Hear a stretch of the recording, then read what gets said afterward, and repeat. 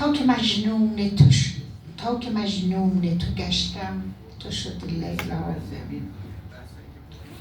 تا که مجنون تو گشتم تو شدی لیلایم. فاطمه یار من ای حادثه زیبایم. این همه رنج که در تاب گلی چون تو نبود، چون کبوتر به سما رفتی و من تنهایم. کاش ای اشک تو را با کفنش پاک کنم، بعد تو نیست اثر از شب بی فردایم. گرمی خانم از خنده زیبای تو بود، شادی از خانه من رفت گل زیبایم. عشق ما قصه افکار از نظامی ها نیست، تو زلیخا و منم یوسف مهرآرایم.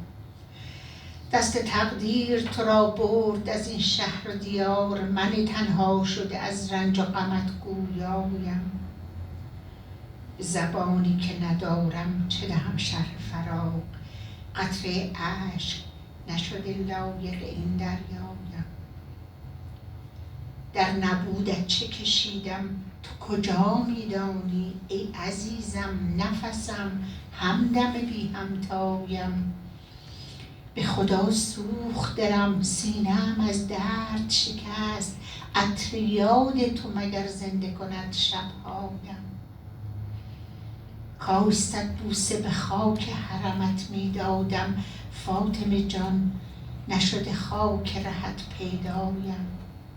شعر نسرین که ز جان پیشکش روح تو شد، همدم زندگیم، آرزویم، رویایم.